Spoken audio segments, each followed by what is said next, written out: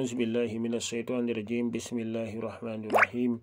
والصلاة والسلام على رسول الله أما بعد السلام عليكم ورحمة الله di ndokkal mbokki jullit yëpp si weeru koor gi di baal ñëpp ak di leen baal ak ñaan yàlla santal yàlla boole ñu baar di ñaan leen santal yàlla nangul ñu suñu jaamu yàlla tey rek ñu bëgg a ñëw si naafile du jour incha allah naafile tey bi nag tey 10 rakka la rakk bu nekk da ngay jàng fatiha